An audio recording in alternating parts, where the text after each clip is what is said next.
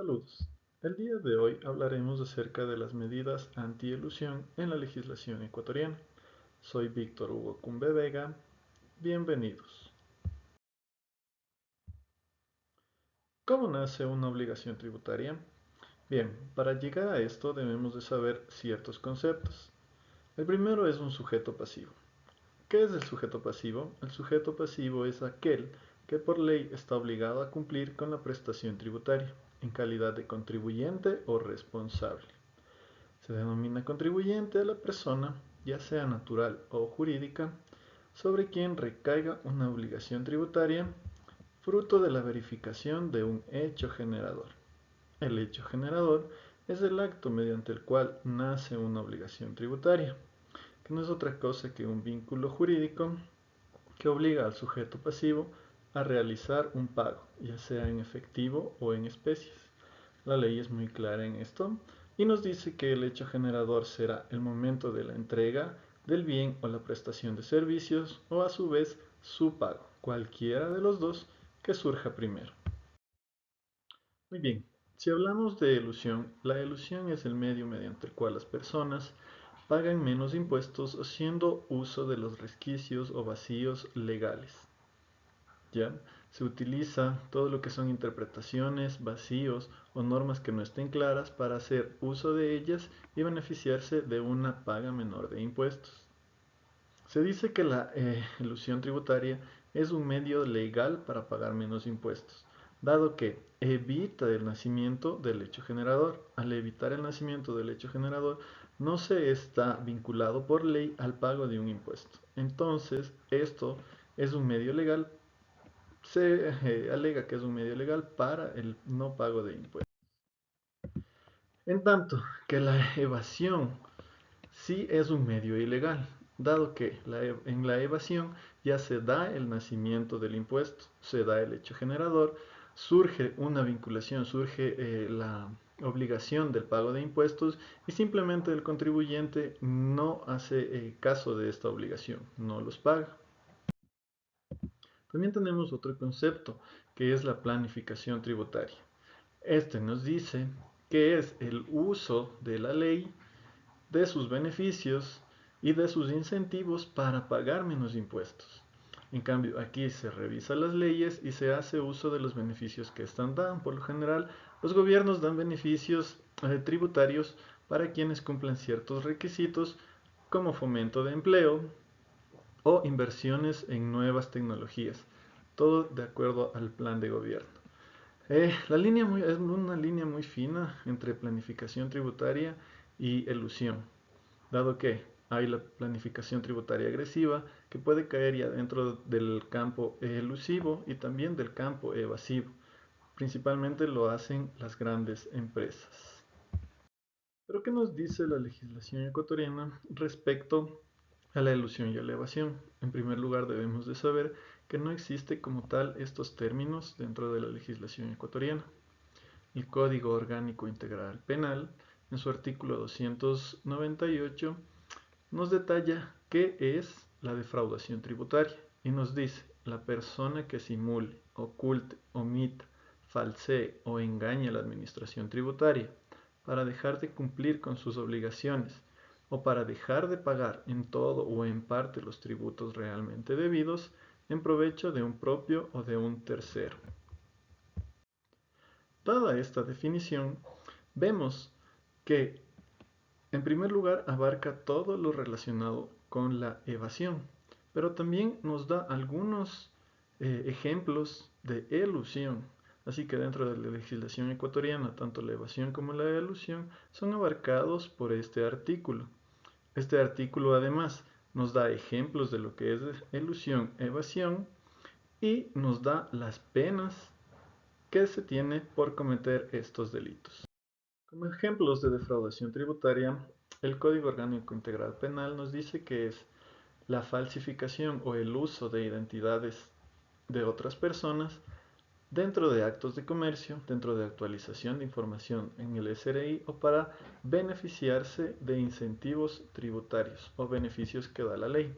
También el realizar actos de comercio en locales clausurados, El presentar, hacer uso o entregar recibos, facturas o documentos eh, de comercio que no sean autorizados por el SRI.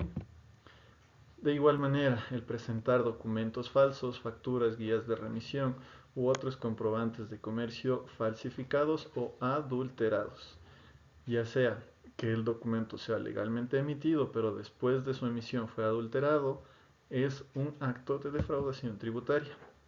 También el llevar doble contabilidad, el ocultar los registros, el falsear registros, el falsificar registros y el eliminar registros o destruir registros cuando la administración tributaria lo solicita es un acto de defraudación fiscal. También el registro de facturas que no tengan esencia económica. Esto quiere decir que no se haya realizado la entrega del bien o la prestación de un servicio y que a cambio no se reciba el pago realmente por este bien o por este servicio, son actos simulados, los cuales son defraudaciones fiscales y se lleva únicamente a cabo para poder realizar el pago de menos impuestos. Todos estos delitos tienen penas privativas de la libertad que van de 1 a 10 años según la legislación en el Ecuador. Y estas penas no eximen el pago de impuestos de quienes las cometieron. Entonces, además de pagar con prisión, deben de hacer el pago de los impuestos evadidos. Revisemos ahora las normas antiabuso. Tenemos de dos tipos, las normas generales antiabuso o las GAR por sus siglas en inglés, son normas que nos dan lineamientos generales utilizadas para varios impuestos a la vez. Dentro de la legislación ecuatoriana tenemos que nos dicen que se verifique el hecho económico o jurídico, como ya vimos, la entrega del bien o la prestación del servicio o su pago. Tenemos que se debe de realizar la emisión de la factura una vez revisado el hecho generador, que es la entrega del bien o el pago, como ya lo vimos, y la bancarización.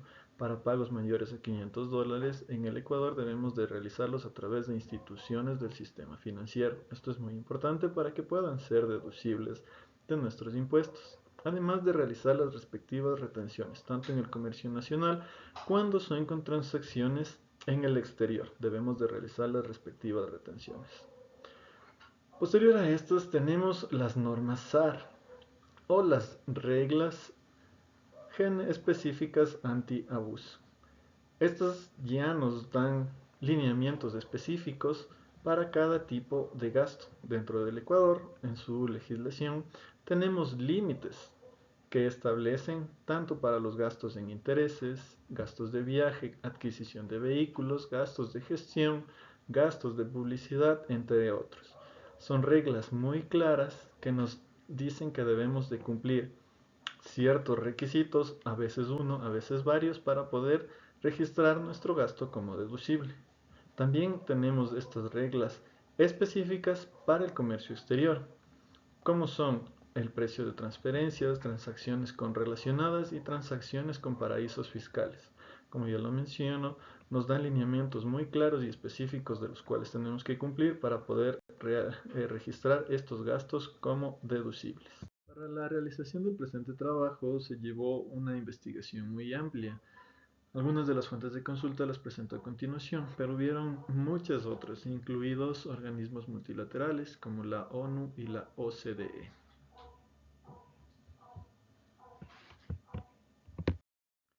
El proceso creativo surgió una drástica transformación posterior a la investigación que se realizó, ya que en una primera instancia el índice era bastante conciso, como lo vemos, y terminó el resultado final siendo más largo, más extenso y abarcando otros conceptos.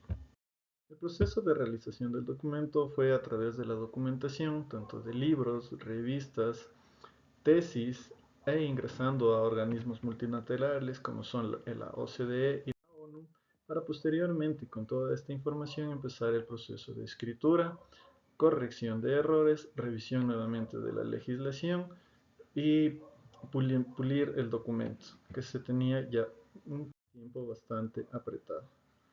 Felizmente se logró culminar con éxito la tarea, se hizo uso de las herramientas de Word, también se aplicó el estilo Chicago, que es el que usa la universidad, y la herramienta Zotero para el tema de referenciaciones. Eso es todo por hoy, muchas gracias.